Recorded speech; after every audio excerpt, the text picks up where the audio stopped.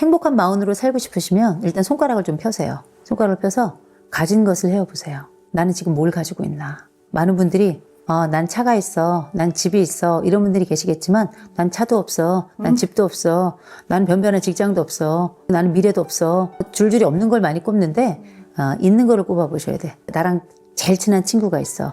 나한테는 바가지 긁지만 내 아내가 있고 내 남편이 있어. 건강한 어머니가 계셔. 나한테는 직장을 왔다 갔다 할 수 있는 차가 있어. 나한테는 매달 나오는 월급이 있어. 이런 식으로 여러분들이 가지고 있는 걸 한번 손가락으로 헤어 보셔야 돼요. 마음만이 갖는 득혜가 아니에요. 전생애를 살아가면서 내가 가지고 있는 게 어떤 것인지를 손가락으로 꼽아보면서 나의 공로를 치하해 줘야 돼요. 내가 가진 것을 기뻐하고 감사해야 돼요. 가진 것을 헤어보아. 생각해보면 너무 기가 막힌 말이에요. 내가 가진 게 뭐가 있나. 거친 풍파가 너를 흔들고 약한 마음 낙심하게 될 때에 가진 것을 헤어보아라.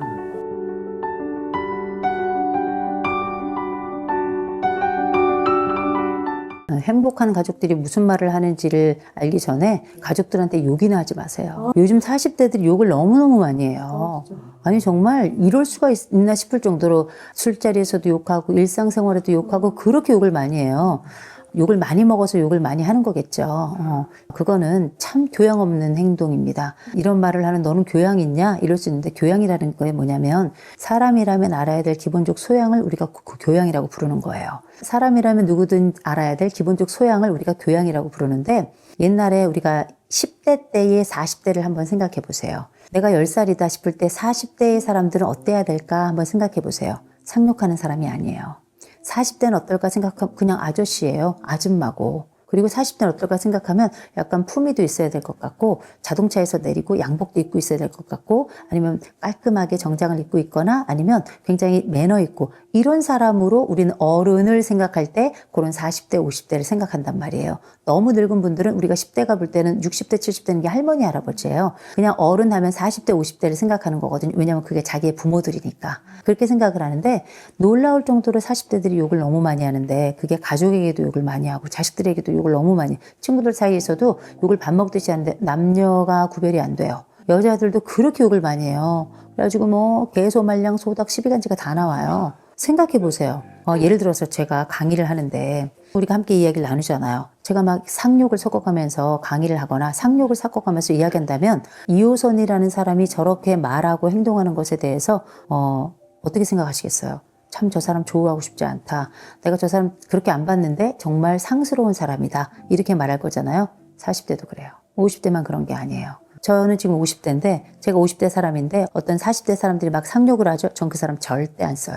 말은 그 사람의 인격이라 얘기하는데 전 이런 얘기합니다. 언어는 존재의 집이에요. 이거는 제가 한 얘기가 아니라 하이데거가 한 얘기예요. 언어는 존재의 집이다. 이 얘기는 이 사람이 어떤 말을 쓰는지를 보면 이 사람이 어떤 사람인지 알게 되는 거예요. 저는 제 선배들 중에도 지금 50대 후반, 60대 되는 분들인데 아직도 자기들끼리 만나가지고 상욕하는 사람들이 있어요. 저는 그 분들 안 만나요. 왠지 아세요? 나이를 그만큼 먹고까지도 욕을 한다는 얘기는 자기 삶을 한 번도 성찰해 본 적이 없는 사람인 거예요. 그분들이 저 안 만난다고 제가 그분들하고 손절하고 그런 게 아니라 그냥 안 만날 뿐이에요. 그분들이 또 만나자 요청하면 만나겠죠. 그러나 전 얘기합니다. 오라버니 욕하지 마세요. 그건 오라버니가 어울리지 않아요. 전 이렇게 얘기해요.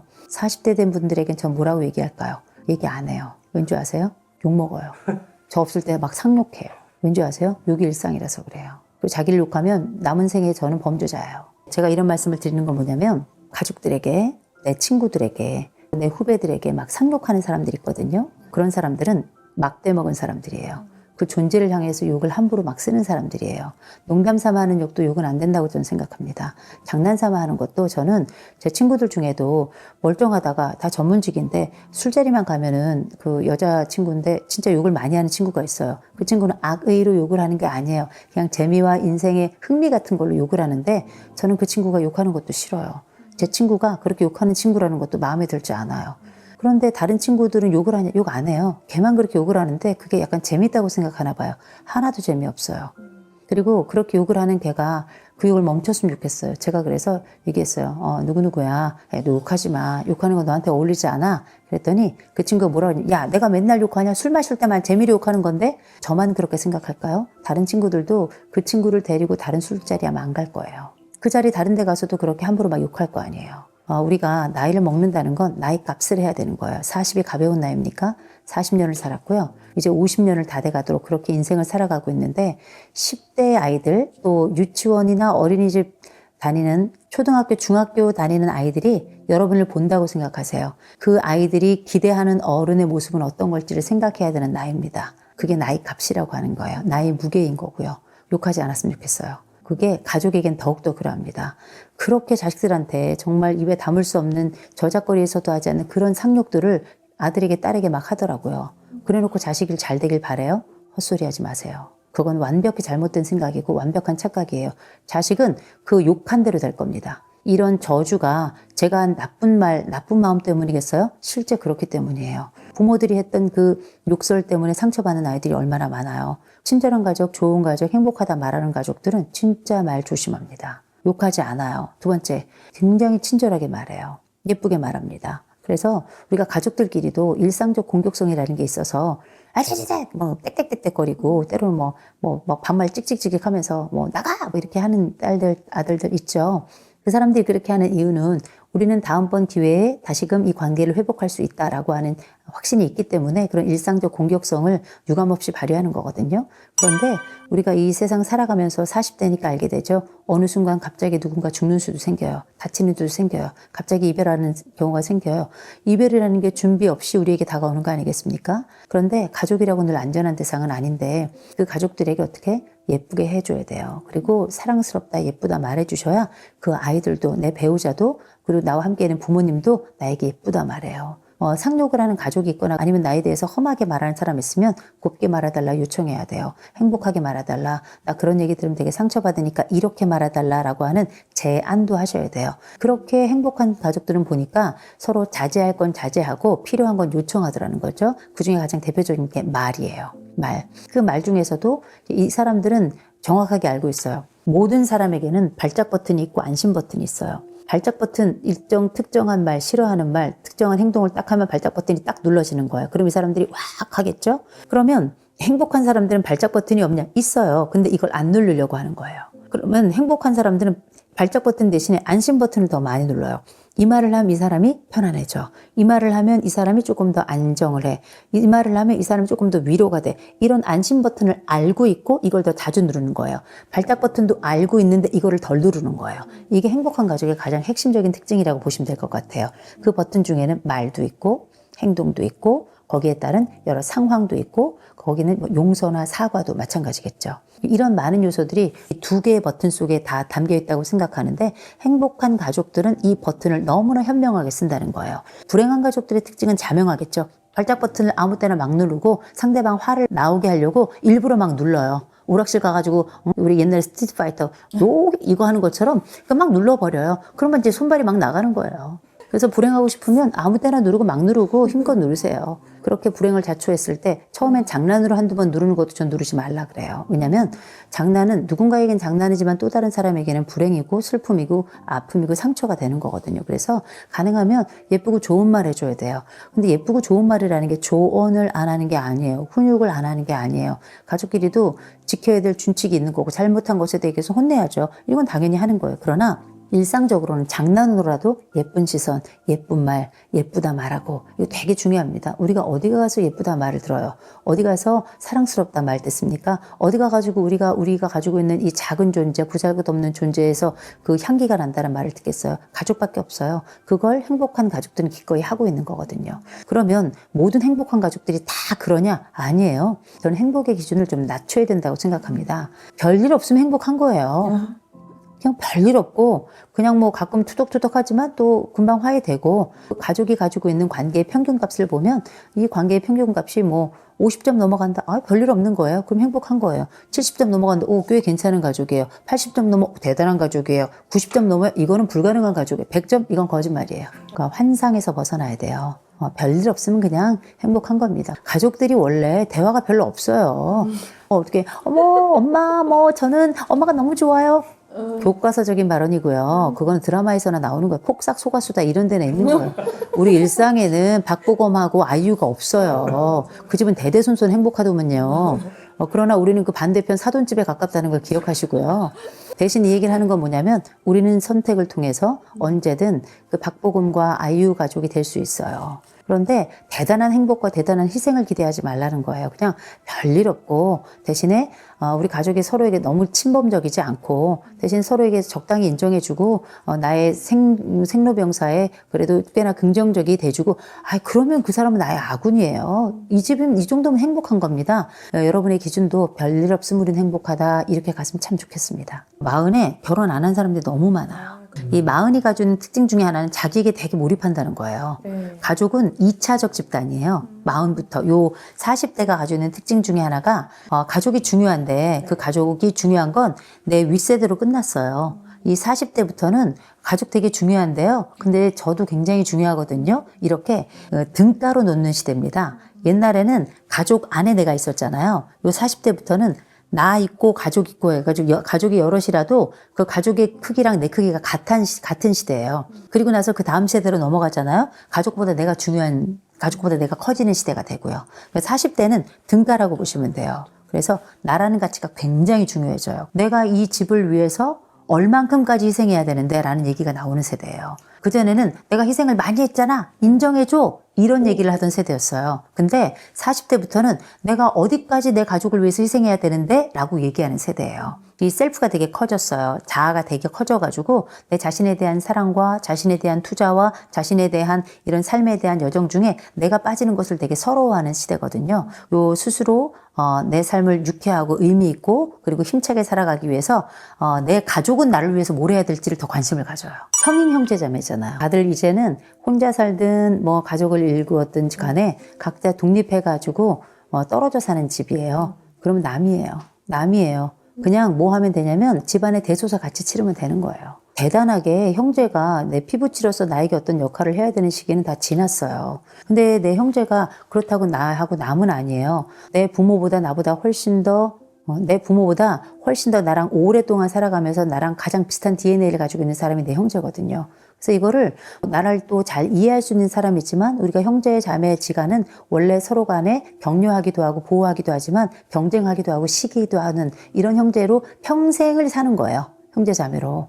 평생을 사는 거기 때문에 이 관계가 늘 좋을 거라고 생각하면 그건 환상이에요. 죽을 때까지 미워하는 형제 자매도 무지하게 많고요. 유선 싸움 나오기 시작하면 차라리 남이 나요. 이런 경우가 생겨나는데 적어도 우리가 형제자매로 살아가면서 우리는 늘 서로 질투하고 서로 남모르는 비교를 다 하고 어떨 때는 공식적 비교를 부모가 하기도 해요. 그 나이 돼서도. 제일 먼저 슬퍼하거나 노여워하지 말라. 당신은 당신의 삶을 살고 있다. 이거 꼭 말씀드리고 싶고요. 대신에 형제와 부모와 함께 살아가면서 특별히 형제들에게 그 사람의 인생을 완벽히 부정하는 말은 하지 말라라고 말씀드려요. 이제 와서 뭘 어떻게 할 거예요? 어린 시절 네가 나한테 이랬잖아. 그래서 너는 나에게 영원히 쓰레기야. 이렇게 얘기할 필요 없어요. 어린 시절 그랬으면 어린 시절 우리가 서로 못난이라서 그랬던 건데 그때 못했던 이야기를 뒤늦게 한다 그래가지고 이 형제가 무릎을 꿇면서 내가 다시는 이번 생엔 안 그러겠다 이렇게 얘기할 형제도 없어요. 그냥 이제는 다 커서 이런 얘기를 한다는 것 자체가 되게 치졸하고 쪼잔한 얘기예요. 물론 이제 형제가 서로 돕고 이해하고 살아가고 이런 거 너무너무 좋아요. 그렇게 살아가기를 기도해요. 그러나 그런 형제가 없다 하더라도 너무 슬퍼하거나 노여워하지 말아라. 우리는 각자 서로의 인생을 살아가며 일가를 일구었다. 그렇다면 이때는 부모님을 위한 대조사 정도 함께 하는 거지 더 큰 기대하지 말아라. 옛날에 내가 시기하거나 질투했거나 이런 형제들이 있어요. 그러면 그 형제들은 꼭 안 됐으면 좋겠어요. 망했으면 좋겠잖아요. 안 그래요? 근데 그 형제들 망하면 안 돼요. 왠지 아세요? 나한테 와서 도움 청해요. 그래서 무조건 내 형제 자매는 잘 돼야 돼요. 그래서 내가 가서 빌붙을 형제가 있는 게 낫지. 나한테 와서 빌붙으면 그거 진짜 힘든 일이에요. 그러니 시기 질투했다 하더라도 그 형제가 잘 되길 바랄 것. 두 번째로는 조카들한테는 잘하세요. 그 조카들은 그냥 그 형제하고는 무관한 사람들이에요. 괜히 형 미웠다, 누나 미웠다, 언니 미웠다, 오빠 미웠다 해서 그 조카들까지 미워할 필요 없어요. 왜냐? 그렇게 내가 미워하잖아요. 걔네들이 금방 알고 자기 엄마들, 아빠들한테 얘기하잖아요. 그러면 그 내 형제들이 내 아들, 딸들 미워해요. 그렇게 해가지고 이런 분노에 대한 또 미움에 대한 대물림을 할 필요가 없잖아요. 또 그거 기억하셨으면 좋겠고요. 형제들하고 동업하지 마세요. 동업의 끝은 상호 멸망이에요. 정말 너무 나중에 관계까지 틀어지는 경우가 너무 많고 이게 형제 형제만 같이 사업을 하는 게 아니에요. 거기에는 배우자들이 같이 있고 자녀들이 다 달려 있습니다. 그래서 우리가 둘이 협업하는 게 아니라 온 가족이 협업을 하는 거라 서로 마음이 맞기가 쉽지 않습니다. 더군다나 거기에 돈이 끼었다? 이 돈이라고 하는 건 약간 뭐랄까 그 콜레스테롤 같은 거예요. 관계를 막아요. 어쩌면 우리가 함께 협업을 한다는 건 정말 대단한 일이다. 협업을 하는데 심지어 이 형제가 잘 지낸다? 이 형제들은 무엇을 하든지 잘할 수 있는 형제들이에요. 그러나 우리는 그게 어려워요. 그래서 협업은 좀 발리고 싶고요. 대신에 우리가 좋은 형제로 좀 지내고 싶으면 우리가 1년에 만나는 날이 뭐 제사 때 하고 부모님 생신 때, 명절 때 말고 거의 없어요. 근데 어쩌다 그 만나는 사람들끼리는 험한 얘기하면 안 됩니다. 어차피 형제로 커서 더군다나 성인으로 살아가고 자매로 커서 성인으로 살아가고 남매로 커서 성인으로 살아간다는 얘기는 이제 남처럼 살아가는 거예요. 그러다가 1년에 한 번쯤 만나는데 그 사람의 생로병사에 개입할 필요 없다. 그냥 만나면 옆집 이웃 만나듯 해야 돼요. 이웃은 어때요? 어쩌다 만나고 만날 때마다 우리가 좋은 얘기만 해요. 위아래층은 층간소음이 있어서 안 좋을 수 있는데 옆집은 그래도 잘 지내더라고요. 옆집하고 지낸다 생각하시고 약간 띠꺼운 점이 있더라도 그냥 좋은 얘기 하시고요. 우린 어차피 만났다 금방 헤어져요. 그랬다가 한참 지난 다음에 어쩌다 만날 동 말동이거든요. 그러나 분명한 건 내 형제가 내 장례 치러줍니다. 그거 알고 있어야 돼요. 내 부모 장례도 내 형제와 같이 치르는 거고 내 자매와 같이 치르는 거고요. 내 부모와 이런 장례만 생각하지만 내 자식들 결혼식에도 그 사람들이 와요. 부조도 그 사람들이 제일 많이 해요. 그리고 의무적으로 와야 된다라고 하는 일종의 무게감도 의무감도 가지고 있는 유일한 사람들입니다. 이 사람들하고 나쁘게 지낼 필요는 없어요. 그래서 가능하면 어쩌다 만나는 친인척들 그중에서도 내 형제들은 무조건 좋은 얘기 해줘야 된다 말씀드리고 그들의 경조사에는 꼭 참여하시고요. 이거는 남보다도 조금 더 의무감이 있는 관계이기 때문에 부조도 조금 더 하시고 가능하면 애사건 경사건 꼭 참여하셔가지고 축하한다 말하고 잘했다 말하고 그 집 애들은 못생겨도 이쁘다 말하고 되게 중요합니다. 왜냐면 걔네 유전자가 내 유전자예요.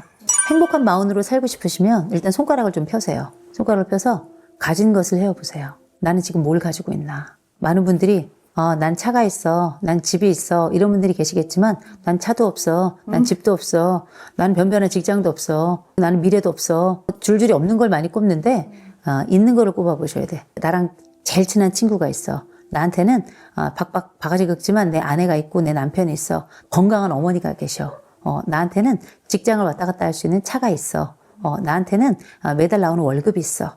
이런 식으로 여러분들이 가지고 있는 걸 한번 손가락으로 헤어 보셔야 돼요. 마흔만이 갖는 특혜가 아니에요. 전생애를 살아가면서 내가 가지고 있는 게 어떤 것인지를 손가락으로 꼽아보면서 나의 공로를 치하해 줘야 돼요. 내가 가진 것을 기뻐하고 감사해야 돼요. 전 교회를 다니는데 찬송가에 제가 좋아하는 노래가 있어요. 가진 것을 헤어보아. 생각해보면 너무 기가 막힌 말이에요. 내가 가진 게 뭐가 있나. 근데 그 앞에 가사가 뭔지 아십니까? 세상 거친 풍파가 너를 흔들고 약한 마음 낙심하게 될 때에 가진 것을 헤어보아라. 이게 가사예요. 찬송가라고 하거나 찬불가는 이런 신을 찬송하는 거고 찬양하는 거기 때문에 그 신에 대한 게 나와야 되는데 이건 너무 인간적인 가사예요. 세상 모든 풍파 너를 흔들어 약한 마음 낙심하게 될 때에 주가 주신 복을 세어보아라. 뭐 이런 거거든요. 찬송가나 찬불가에서만 나오는 얘기가 아니라고 생각해요. 인생에서 자기가 가진 것을 헤어볼 줄 아는 사람은 자기의 긍정성과 자기 삶에 대한 감사를 동시에 하는 사람이에요. 그리고 다른 사람이 무엇을 가졌는지에 대한 긍정적인 손가락을 꼽을 수 있는 사람이에요. 그 사람의 장점과 그 사람이 가지고 있는 희망과 그 사람에 대한 아름다움 이런 것들도 꼽을 줄 아는 사람이에요.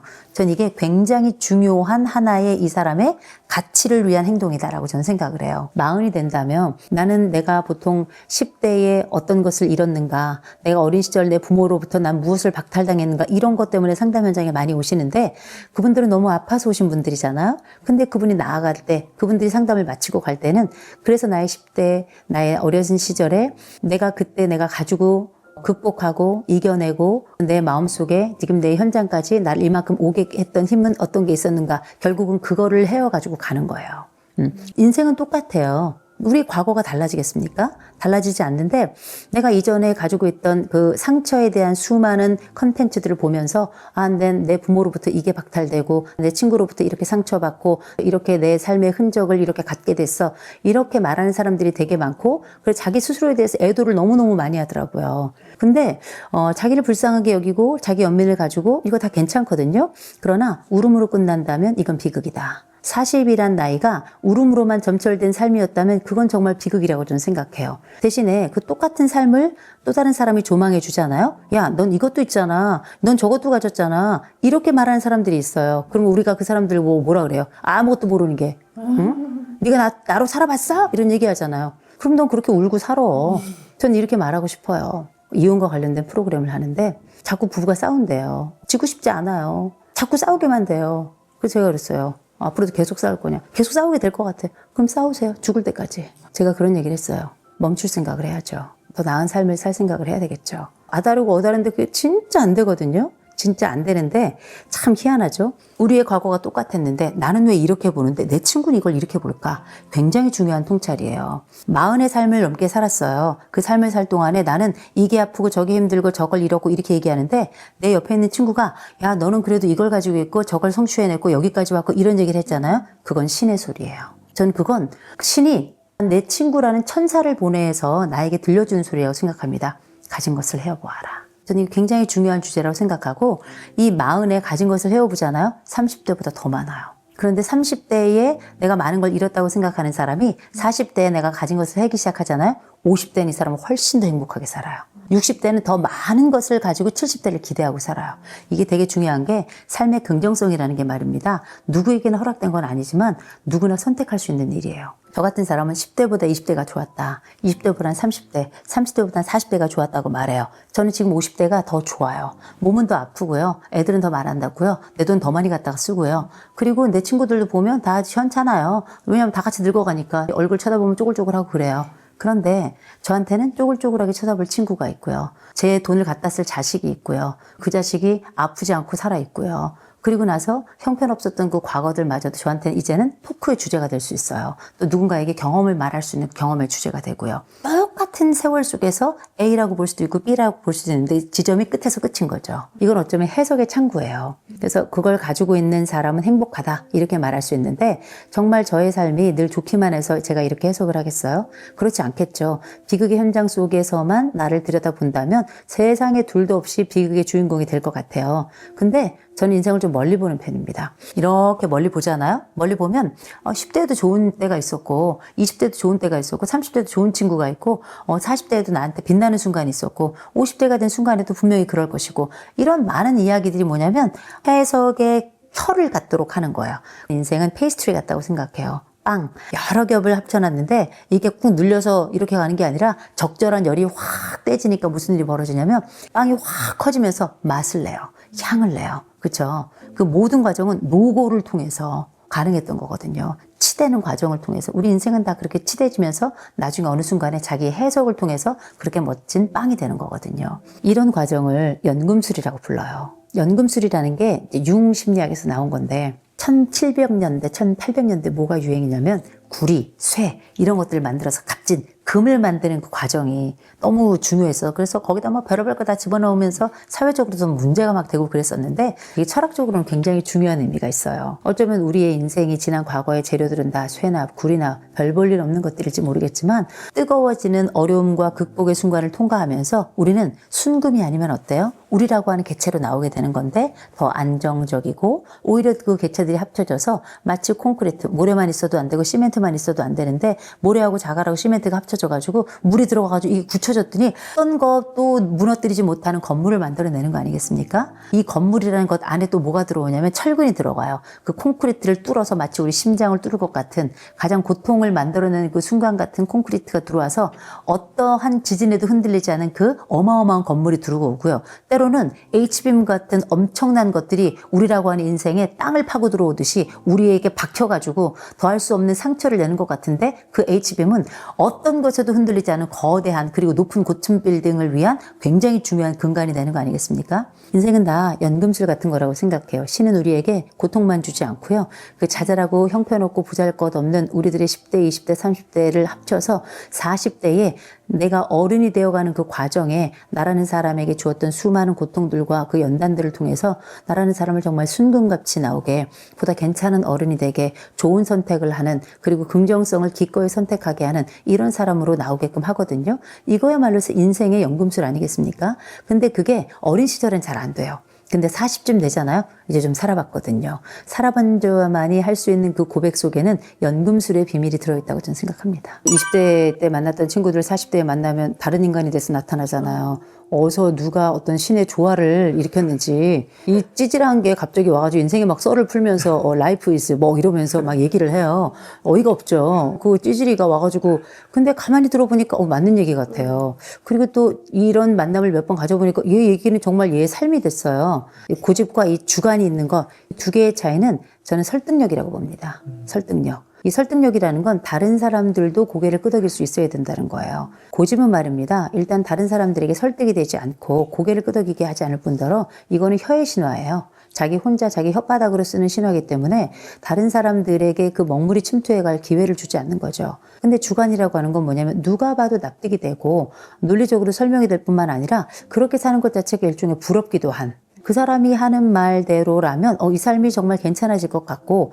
그 앞뒤에 이 사람이 사용하는 예화라든지 설명을 위한 여러 자원들을 볼 때에는 내가 이해가 되고 내가 많이 들어봤던 이야기인데다가 내 삶에서도 경험했던, 그래서 우리가 흔히 말하는 납득이 되지 납득, 이런 납득이 되는 그의 이야기, 그 고백은 우리가 주관이 있다 말할 거죠. 그런데 이런 주관 있는 사람들이 갑자기 주관이 있는 경우는 많지 않아요.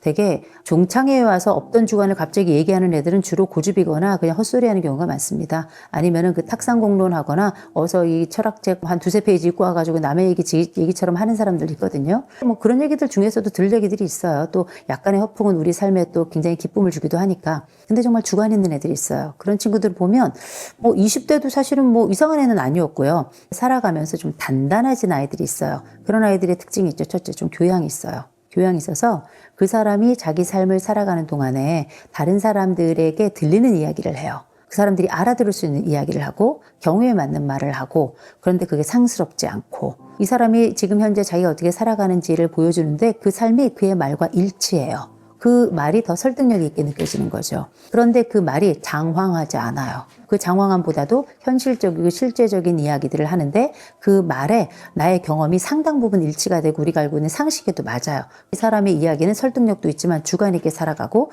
동시에 약간의 존경심도 유발되는, 같은 또래지만 쟤는 참 믿을만하다, 참 괜찮게 살고 있다, 이런 이야기를 듣게 되죠. 근데 우리가 40이 됐을 때 갑자기 눈 뜨고 해골물 먹은 것처럼 새로운 인생을 사는 사람들은 별로 없어요. 옛날에 별로인 애들은 지금도 별로예요. 과거에 괜찮았던 애는 지금도 괜찮은 경우들이 굉장히 많아요. 왜냐면 인간이 일관성이 있어서 그래요. 연속성이 있고. 인생을 살아가다가 갑자기 인생의 변수를 겪고 삶에 조금 고생도 좀 하고 하면서 좀 철이 든 친구들이 있어요. 그럼 옛날에 그렇게 형편없고 때로는 너무 가볍고 인생의 그 존재의 가벼움은 바로 너다, 이렇게 얘기할 만한 이야기가 삶에 마치 어떤 추를 가지고 와서 내 인생이 옛날엔 가벼웠는데 이제는 내 이 추를 통해서 내가 더 이상 덜 가벼운 사람이 좀 된 것 같아 라고 겸손을 겸비한 인생의 여러 우여곡절들을 함께 얘기하면서 그 인생에서 얻었던 그 쓴맛을 다시금 발효를 시켜서 친구들에게 일종의 술처럼, 그렇게 발효된 단물처럼 그렇게 내놓는 친구들이 있어요. 이런 친구들은 남이 알지 못하는 거대한 인생 경험을 한 겁니다. 그리고 거기서 좋은 교훈들을 얻었고 그걸 통해서 우리가 철이 든다라고 하는 생애 지혜와 또 성숙성을 좀 확보를 한 거거든요. 굉장히 좋은 케이스라고 볼 수 있죠. 근데 중요한 건 드물다는 거, 많이 드문다는 거. 네. 일종의 중독이라고 하는 건 자꾸 눈에 아른아른해요. 게임은 해야 된다, 이런 얘기 하잖아요. 이게 진짜 이거 되게 현실적인 얘기거든요.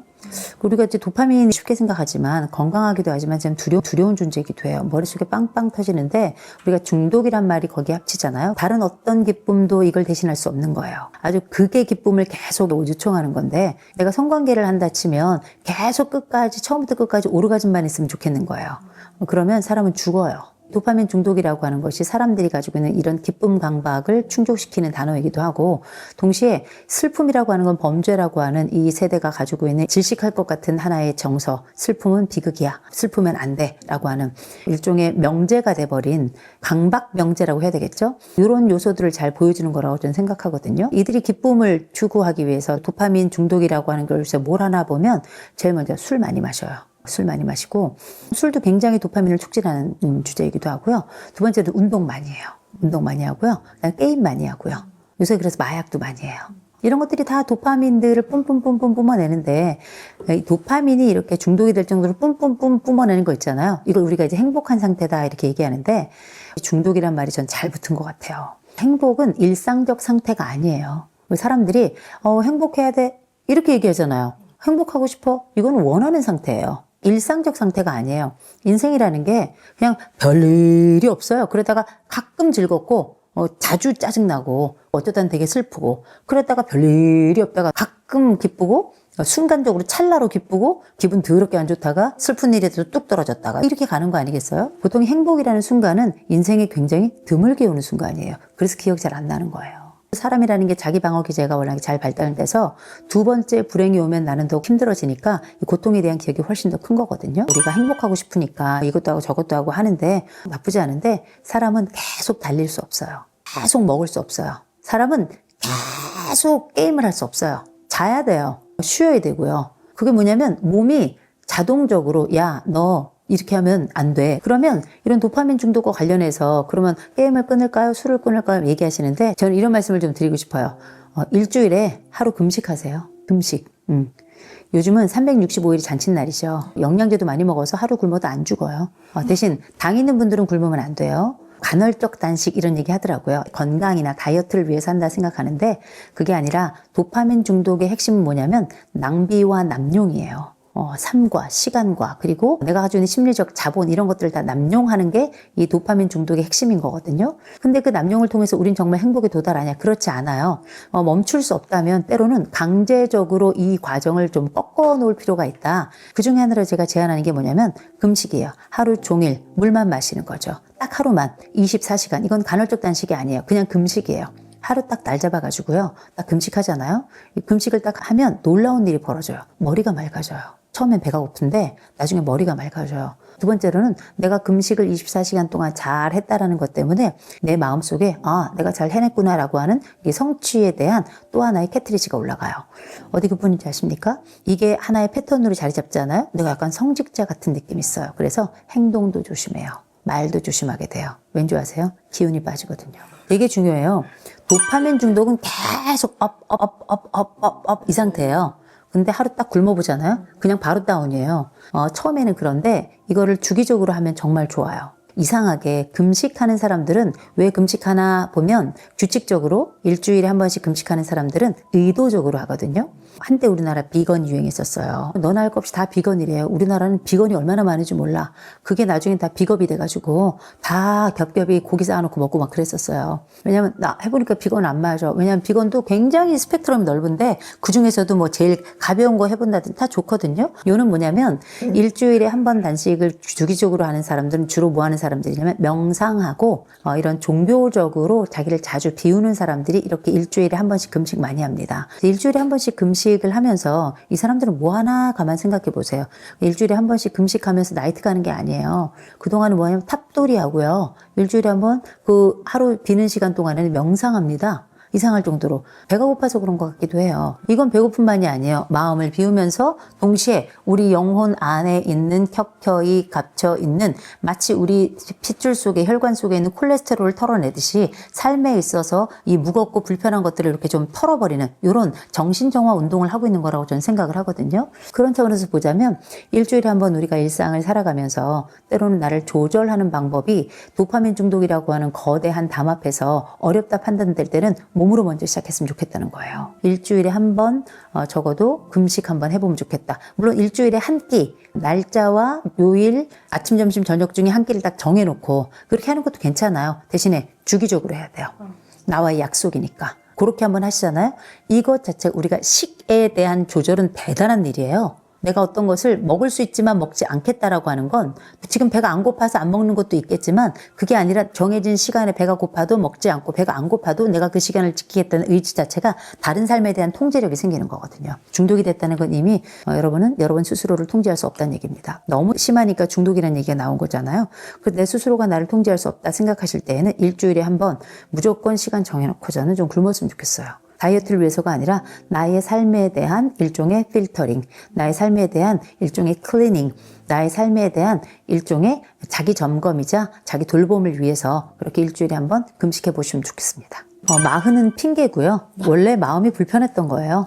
원래 마음은 늘 힘들었어요. 이게 같이 맞자로 시작되고 숫자가 딱 사자로 바뀌니까 이게 마치 인생의 죽을 사자 같이 느껴지는 거거든요. 마음이 힘들어진다는 얘기는 그만큼 역할이 많아지는 얘기도 해요. 마음이 힘들어진다는 얘기는 내 삶에서 내가 나를 다시 한번 지켜내고 나를 한번 지켜볼 시점이 됐다는 얘기기도 합니다. 체중이 늘면 다이어트 해야 되겠다. 체중이 늘면 콜레스테롤 올라가겠다. 이런 생각이 드는 것처럼 일종의 경각심이 느껴지죠. 내 마음이 힘들어진다면 그 이유가 선명하지 않다면 우리가 어떤 특정한 사건이 생겨나서 힘든 그 마음은 일시적으로 그 사건에 의해서 발생된 자극에 의한 반응이에요. 근데 그게 아니라 이상하게 계속 힘들어. 이상하게 계속 지치고 근데 그게 정말 마흔이 돼서 내 마음이 힘들 것까 생각해보면 나이가 원래 지칠 때도 된 거예요. 열심히 일해왔고요. 내가 가지고 있는 이 마음의 무게는 원래 그 정도 됐었는데 약간 체력이 더 떨어지면서 이런 마음 무게가 더 크게 느껴지는 거 아닌가 싶어요. 대신에 이런 마음의 무게가 계속 길게 느껴진다면 이건 우울감일 수 있어요.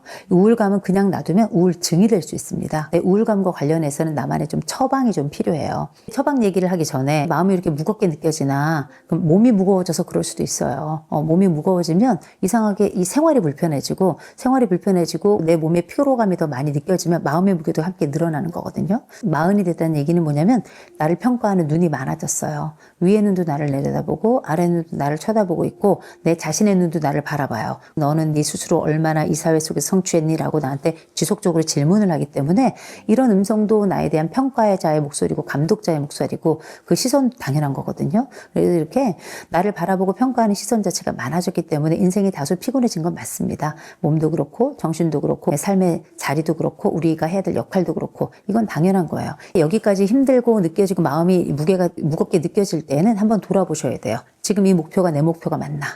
되게 중요해요. 내가 갑자기 이 목표가 맞나라고 얘기하면 어떻게 지금 내 이 목표가 안 맞으면 뭐 그만두라는 얘기야? 이런 얘기가 아니고요. 내가 지금 가지고 있는 이 일, 추구하고 있는 이 목표가 지금 내가 지금 하고 있는 내 인생 여정하고 이 핀트가 맞나. 그래서 내가 헛다리를 짚고 있는 건 아닌가. 이런 게 있잖아요. 그런 핀트가 잘 맞는지를 한번 확인해 보는 거고 혹시 핀트가 안 맞춰진다면 이걸 핀트를 어떻게 맞추면 좋을까? 라고 해서 약간 그 방향을 조정해야 되는 시점이 왔다고 생각해 보셔도 될 것 같아요. 그래서 이걸 약간 조정했어. 그럼 괜찮아. 아주 나이스인 거죠. 또 한 가지는 우리가 이 시점이 왔을 때 이 사람들의 요구가 많아질 때가 있어요. 요구가 많아지면 나도 모르게 다 모든 일이 나에게 와 있어요. 그런 일이 많잖아요. 또 역할이 많고 위아래로 해결해야 될 일이 많으니까. 그래서 뭐 해야 되냐면 이때는 자기 일에 대한 경계를 정하셔야 돼요. 그래서 제가 정말 자부하면서도 욕을 많이 먹고 있는 항목 중에 하나가 제 인생의 좌우명이에요. 제 인생의 좌우명이 제 카톡문에 뭐라고 나와 있냐면 힘든 일은 남에게 이렇게 써 있어요. 힘든 일은 남에게라는 게 많은 분들이 아니 어떻게 다른 사람을 돕는 직업을 가지고 있는 사람이 어떻게 그런 얘기를 할 수 있습니까? 좀 상처받았습니다. 이런 분들도 계시거든요.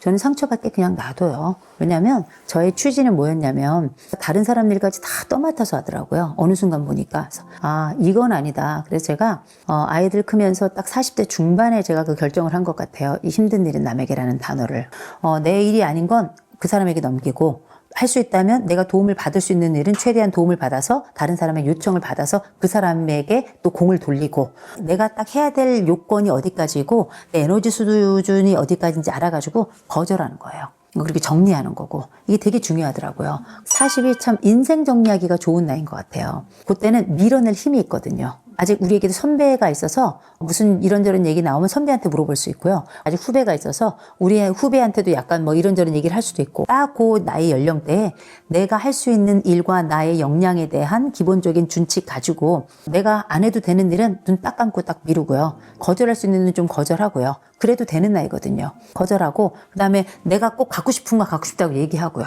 이렇게 해가지고 저는 옛날에 아유 제가 갖고 싶으니까 어떻게 그냥 주고 아유 해달라니까 어떻게 해주고 그랬거든요. 그러다가 이 짝 나는 거예요. 그냥 너덜너덜해집니다 인생이. 근데 그때 제가 딱 45에 힘든 일은 남에게 딱 어쩜 이렇게 꿀 같은 구절이 내 머릿속에 생각이 났는지 딱 결정을 하고 난 다음에 전 자유를 얻었어요. 자유를 얻어가지고 저도 하기 싫은 일 많이 해요. 아니 우리가 직장 다니면서 어떻게 하기 싫은 일 해요. 저도 학교에도 있고 뭐 다른 뭐 이런저런 일들이 많으니까 만나기 싫은 내담자도 있어요. 너무 만나고 싶은 내담자도 있고 그러나 싫어도 그 사람이 내 사람이고요. 좋아도 그 사람이 내 사람이니까 그 일을 하지만 그럼에도 불구하고 내가 그전에는 모든 일을 다 했다면 내 일이 아닌 게 어떤 것인지 이제 채로 그리고 키로 이렇게 키즈를 좀 하게 되더라고요. 이건 손절의 문제가 아니에요. 일의 문제예요. 저는 손절 잘 안 하는 사람이에요. 어차피 안 만나는 사람 안 만나는데 뭐 손절이고 뭐라고 할 게 뭐가 있어요. 근데 일은 그렇잖아요. 아, 내가 내 주제를 알아야 되겠다. 내 주제꼴을 좀 알아야 되겠다. 할 수 없는 걸 못한다 말해야 되겠다. 부끄럽지만. 제가 좋아하는 일본 드라마가 있어요. 부끄럽지만 도망가는 건 도움이 된다. 그게 너무 좋더라고요. 저는 그 드라마가 내용은 그냥 그래요. 근데 제목이 너무 마음에 들더라고요. 진짜 맞는 얘기잖아요. 부끄럽지만 도망가는 것은 도움이 된다. 이게 너무 마음에 들더라고요. 부끄럽죠. 그러나 때로 도망가는 게 도움이 됩니다. 근데 우리가 이건 도망가는 게 아니라 나에게 부탁한 거를 또 내 일이라고 던져줬지만 사실은 내 일이 아니거나 내가 할 필요가 없는 것들에 대해서 이렇게 정리를 하는 거예요. 그래서 나의 에너지 수준과 나의 능력을 알고 이렇게 정리를 하면 한결 수월해지면서 마음도 수월해져요. 그래서 저는 40에 인생 정리를 좀 했으면 좋겠다. 그러면 인생 정리하면 머리가 골재 아파지잖아요. 또 그려? 인생 곡선을 막 그려가지고 그래 너는 20대 해가지고 난 40대 뭐래?